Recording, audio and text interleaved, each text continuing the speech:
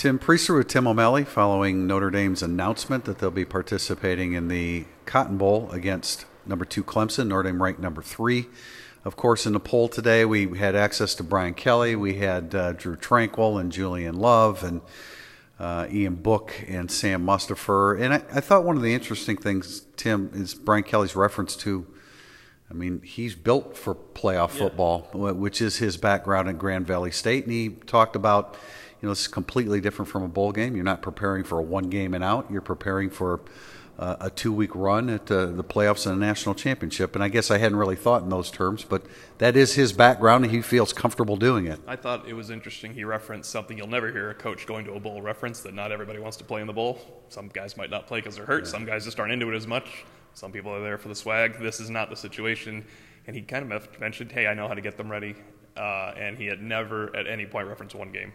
He even said we'll be coming home together on the 30th to get ready for the championship game. So it's a very confident situation for the coach. I was very respectful once you started drilling down to Clemson questions, of course, with Dabo Swinney and their defensive front especially. But, yeah, I think he believes they're better prepared than they were in the past and that they're prepared for a 2-game run going forward. And it kind of said that this sign behind us is what they want to be on. You're not on there just because you're 12-0. You got to finish undefeated. Yeah, I thought that was very interesting that, they haven't accomplished anything. 12-0 doesn't get you on that sign.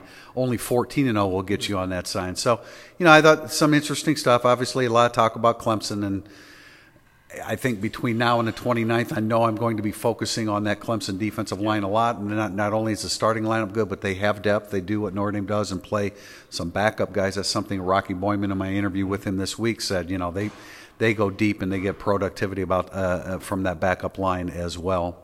I guess some cleanup stuff in terms of injury. Ian Book, of course, he wasn't going to talk a whole lot about the rib injury. Brian Kelly said he didn't feel like that was a detriment to his game in the last 2 weeks. He wasn't 50%, he wasn't 100%, probably 80, 90%, somewhere in that range.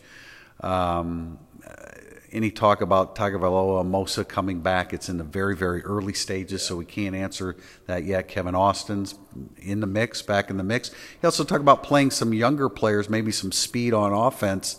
And, we know Lawrence Keys is a guy with some speed, and Braden Lindsey's a speed. He kind of suggested that maybe that would be incorporated in this game. Well, it makes sense because those guys will get a lot of practice time while they're resting the regulars. He kind of laid out the schedule. The regulars are still going to take some time off here, but then, of course, you get much more heavily into it. If he can get one of those guys in for a couple of plays to take top off the defense, my first thought was, of course, Keys or Wilkins because they've been up with the varsity, but you have Lindsey is the fastest one, and you have a month to prepare him. So maybe that's the thing. I don't think it's a major part of the game plan, and it would be nice if Kevin Austin just rejoined the game plan. Kelly referenced traits. We don't know if it's mental or physical, but it's something. He's available, and Kelly said you guys can put 2 and 2 together, and that equals traits for us. We've heard about traits before.